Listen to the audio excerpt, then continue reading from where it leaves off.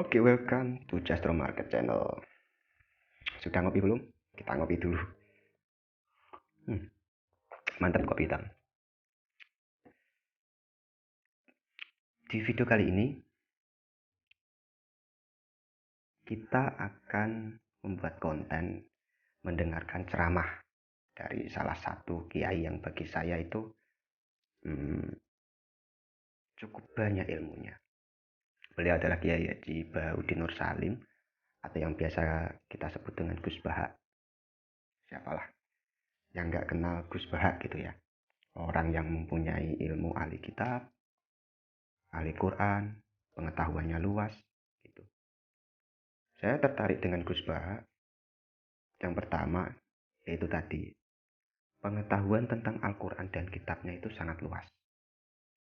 Materi dakwahnya itu sangat realita, maksudnya gini, sangat pas dengan kehidupan kita sehari-hari, dalam memecahkan masalah, dalam mengatur kehidupan kita. Cara penyampaiannya itu masuk akal gitu, masuk akal. Dan beliau orangnya sangat sederhana. Itu yang saya bangga pada beliau. Makanya kita akan mencari dakwah beliau melalui media sosial untuk kita dengarkan. Syukur alhamdulillah untuk kita terapkan dalam kehidupan kita sehari-hari gitu ya. Oke, sebelum kita mendengarkan ceramah dari beliau di berbagai konten media, jangan lupa subscribe, like, komen channel ini agar kita bisa terus membuat konten-konten yang menghibur, bermanfaat bagi kalian semua. Simak terus videonya, jangan lupa subscribe, cuma klik satu kali. Oke, let's go. Jadi di kitab Sajarutul Ma'arif itu ada babu dzikri rojul manaqiba nafsi. Orang itu kadang harus sombong, menyebut kelebihannya sendiri. Kayak Nabi Yusuf ngendikan inni hafizun alim. Nabi Sulaiman juga ngendikan wa utina min kulli syai'. Itu bukan sombong, tapi cara beliau untuk memaklumatkan. Saya belum pernah merasa ahli tafsir. Tapi kan kita khawatir kalau ada tafsir yang cara Mbah Mus tadi kiai produk sendiri. Akhirnya kalau mau tafsir, saya pernah ngaji Mbah Maimun, ngaji Bapak. Saya baca kitab Al-Ibris, baca Al-Iqlil, baca terjemah Kemenak, baca terjemahnya Pak Kures. Bukan karena saya merasa tahu enggak, tapi kayak apa umat ini kalau dapat ilmu dari orang yang tidak kredibel. Kalau misalnya itu sombong, nah sekarang dokter gigi juga nulis, dokter gigi, dokter jantung. Itu kalau enggak nulis ya enggak tahu kan barokahnya. Mungkin kalau suwon santri-santri misalnya jenengan ahli takrib itu semua untuk rumah. Ahli takrib medium. Spesial bab ibadah. Nanti yang nggak mati pinter ya spesial mandi junub, nggak apa-apa. Yang penting orang tahu kamu keahliannya di mana.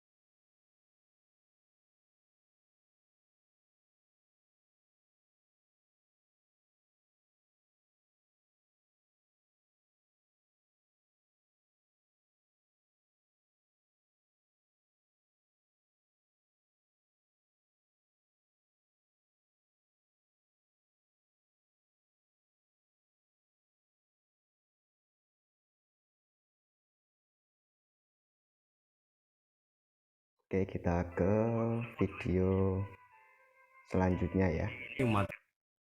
Mumpung kamu miskin itu sering sedekah, karena kalau sudah kaya itu tidak bisa. Saya memberi analogi gini. Kalau saya masih santri miskin, punya uang 100.000, diminta guru saya 50 tak kasihkan, padahal itu 50%. Punya 2 kambing kurus, diminta guru saya 1 pasti tak kasihkan, padahal itu 50. Ini tentang sedekah ya kayaknya. Coba kita dengarkan lebih detail ya. Jadi kalau punya sapi Brahman atau sapi limusin yang harganya itu 100 juta, punya dua, diminta satu boleh enggak? Enggak boleh. Saya punya motor butut dua, diminta teman saya satu boleh, tapi kalau Davidson Harley itu nggak boleh. Nah, walhasil itu kalau kita miskin, misalnya kita zaman kuliah atau zaman mondok atau zaman apa saja, punya uang 100.000, naktir temannya sampai 50.000 kan biasa. Tapi setelah 1 miliar, berani nggak kamu kasihkan 500 juta? Sama-sama 50%? Enggak kan? Nah salabah gitu, ketika zakat masih per 40 kambing, 1 kambing itu sebenarnya kan masih ringan. 41, 82. Kambingnya itu sudah mabenal jabalen. Barang dihitung zakat karena sudah ribuan, jumlahnya sampai 400 kambing. Banyak lah pokoknya. Terus kata salabah, ini pemerasan.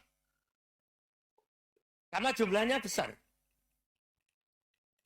Allah tersinggung karena nabinya dianggap narik zakat itu dianggap khorat, dianggap pemeras. Allah tersinggung kemudian fa'aqobahum nifakon fi qulubihim ila yaumil. Dia ditegur munafik. Semenjak itu terus tadi kembali gak jelas tadi. Barkohnya gak jelas itu menjadi orang tuh bijak. Ini sekarang nakal, jangan-jangan nanti jadi orang baik. Yang sekarang baik, jangan-jangan suatu saat jadi tidak baik. Semua orang introspeksi. Gak ada jaminan kalau kita sekarang baik akan baik terus. Gak ada jaminan kalau kita sekarang buruk akan buruk terus. Oke, di video kali ini Gus Bar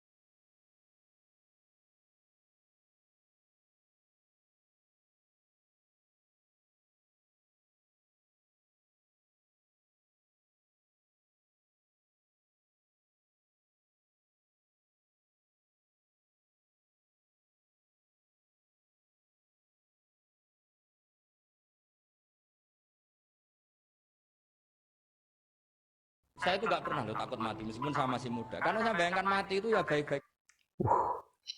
Ini tentang kematian agak ngeri ya. Cuma coba kita dengarkan ya, simak baik-baik ya. Saja. Ketika saya hidup ya gak tahu cara ngelola nyawa saya, kenapa kok gak pergi. Kamu tahu caranya ngelola nyawa kamu, kok gak mati sekarang? Gak tahu kan? Tahu-tahu masih hidup kan? Tahu-tahu diutang, semacam-macam lah. Sebenarnya kita zaman hidup pun nggak tahu cara ngelola nyawa kita, cara kerja jantung kita, cara kerja paru-paru kita. Nanti setelah kita mati pun nggak tahu caranya hidup ketika dia. Tapi anehnya kita, mosok manusia sudah dilemah iso hidup lagi. Memangnya kita sekarang bisa hidup karena kita tahu-tahu ya hidup. Ditekdir anak yang melarat, pesek, elek. Orang lain ditekdir anak Kiai, Gus, Mulyo. Kita kan nggak pernah bisa milih bapak ya ora iso. Ngerti-ngerti anak Karmen, anak Karlan itu sudah nggak tahu. Artinya gini ya, sudah ya Allah, ketika saya hidup ya tidak tahu kenapa saya hidup, pasti engkau yang menghidupkan. Ketika saya mati juga gak tahu kenapa saya mati, pasti engkau yang menghidupkan dan mematikan. Maka saya akan baik-baik saja di akhirat, karena ketika di dunia Tuhannya yang engkau, ketika di akhirat Tuhannya, dan sifat engkau tidak akan rubah, tetap arhamur rahimin. Makanya dulu wali-wali itu kalau mau mati ya santai aja. Saya itu Umar bin Abdul Aziz, itu ulama-ulama dulu, kalau mau meninggal itu, kalau keluarganya nangis marah besar. Memangnya mau kemana kamu nangisin saya? Lah kamu kan mau mati. Memangnya mau kemana kalau mati? Ya kembali ke Allah. Ya susahnya apa? Di dunia ya milik Allah, di akhirat milik Allah. Inna sholati wa nusuki wa mahyaya wa mamati lillahi rabbil alamin. Yang aneh sampai harus melarat orang wani mati. Wah, aneh tenan. Ya karena sampean tahu mungkin di akhirat lebih miskin lagi kan. Ya repot naon terus. Coba kalau dari awal kita menstatuskan diri kita biadillah. Inna sholati wa nusuki wa mahyaya mamati. Tapi kamu salah status. Mengatakan kehidupan adalah momen untuk mencari kesejahteraan. Kehidupan adalah momen untuk cari karir. Kamu mensifati kehidupan secara salah. Jika kamu terjebak nyari karir, nyari kaya. Coba kalau kamu pakai mazhabnya Sufi, kehidupan adalah pemberian dari Allah untuk kembali kepada Allah.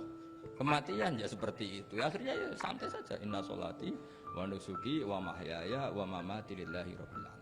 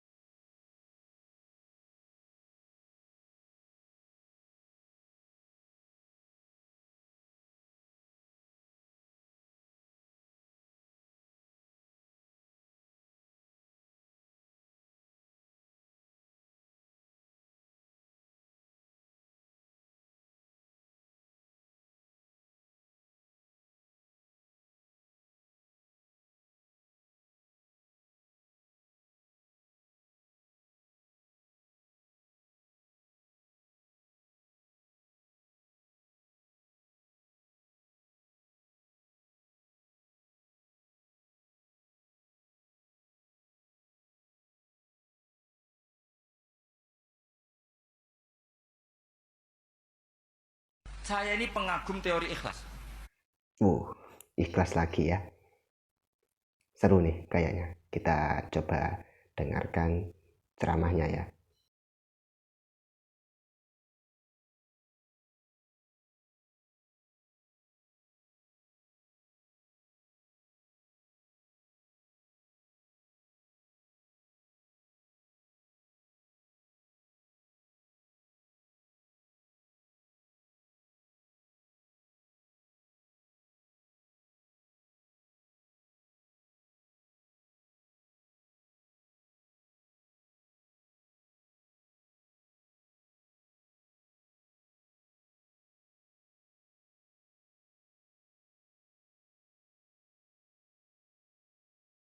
Di sini Gus Bak berceramah bahwa ikhlas itu gimana ya, kayak manusia itu. Terkadang kita merasa ikhlas itu karena ada sesuatu, masih dalam hati itu ada rasa ingin diberikan sesuatu. Padahal sesuai dengan kata Gus Bak, ketika kita bilang 1 tambah 1 sama dengan 2, lalu sebuah air itu akan sifatnya dingin, api juga sifatnya panas. Itu dengan ikhlas kita mengatakannya, bahkan tanpa imbalan. Namun untuk mengatakan Allah Subhanahu wa Ta'ala, segala zat super maha agung, itu kita mengharapkan surga dan neraka.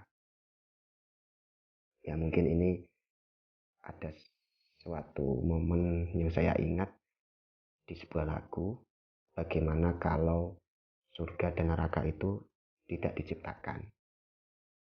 Apakah manusia akan tetap beribadah kepada Tuhan atau tidak? Semoga kita tidak menjadi salah satu orang yang kayak tersebutnya. Dan semoga kita ikhlas untuk beribadah kepada Allah Subhanahu wa Ta'ala. Amin. Kita lanjut ke video berikutnya ya. Kalau kita lapar, itu keinginan kita itu makan enak apa asal makan? Tentu jawabannya asal makan yang sehat. Tapi kalau ini tentang makan, ya benar sih. Realitanya kayak gitu ya. Kita dengerin lagi ya. nuruti nafsu kita, makannya yang enak, teman makannya enak, terus di warung yang favorit. Ini kan satu kebodohan. Kenapa untuk makan saja butuh definisi sekian banyak? Yang kita harus kecewa, warung favoritnya bisa sudah tutup, atau kita ke sana harus macet, ribet. Yang benar-benar arif dan bijaksana itu adalah al-istighna anisya. Sesuatu yang tidak mendesak itu jangan jadikan kebutuhan. Sehingga kalau kita puasa misalnya, semua makanan itu enak karena kita sangat lapar. Sehingga Abul Qasim Al-Junaidi ketika ditanya, ma'idamu to'am, lauk makanan itu apa? Jawabannya lucu, alju, lapar. Kalau kamu lapar ya semuanya enak. Ini sudah mulai hilang. Kita bilang makan enak itu ya sate, ya gulai, ya pizza yang kita senang. Akhirnya apa? Untuk nikmati nikmatnya Allah itu kita jadi ribet. Apalagi yang orang-orang fasik harus ditemani perempuan yang tidak halal misalnya, atau harus ada ajudan, ribet. Nah pertanyaannya, orang yang ribet sama yang nggak ribet itu pinter mana? Pinter yang nggak ribet. Oke teman-teman,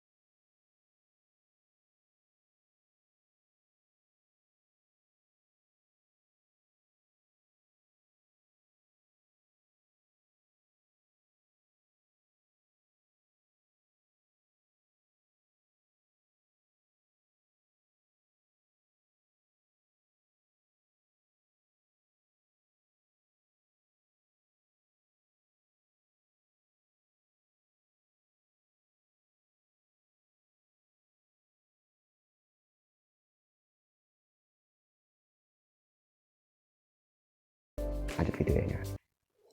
Oke, kita lanjut. Imam Syafi'i. Imam Syafi'i itu dikasih tahu, ada orang yang di depan engkau cium tangan hormat tuh di luar ngomong-ngomong, ngata-ngatain Anda.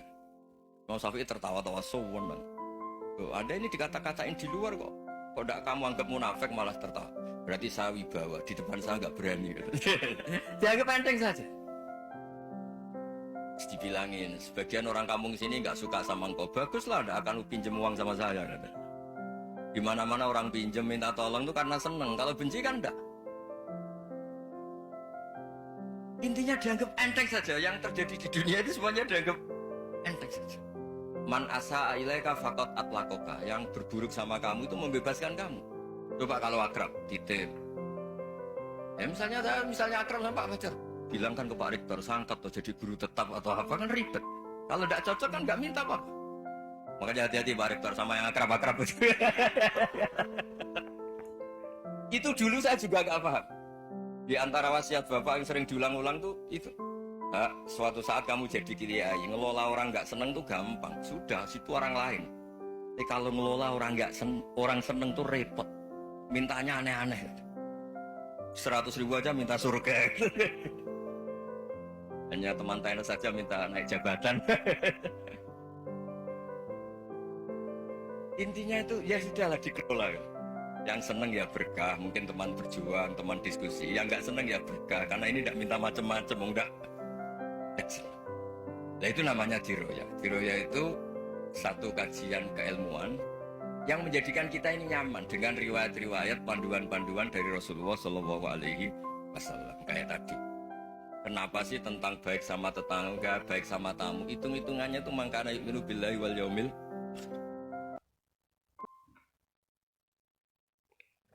Ini video tentang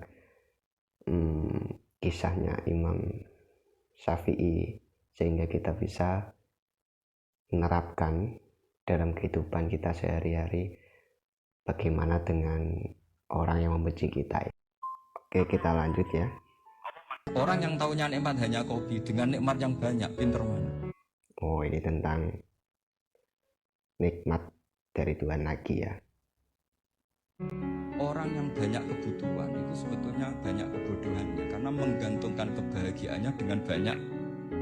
Makanya Imam Syafi'i ngendikan istighna itu apa? Al istighna anisya'i, yang dikatakan kecukupan adalah berusaha sebanyak mungkin banyak hal tidak kamu butuhkan. Bukan memenuhi semua kebutuhan kamu karena nafsu kamu ini tidak ada batasnya gitu. Kalau kamu penuhin nggak akan selesai.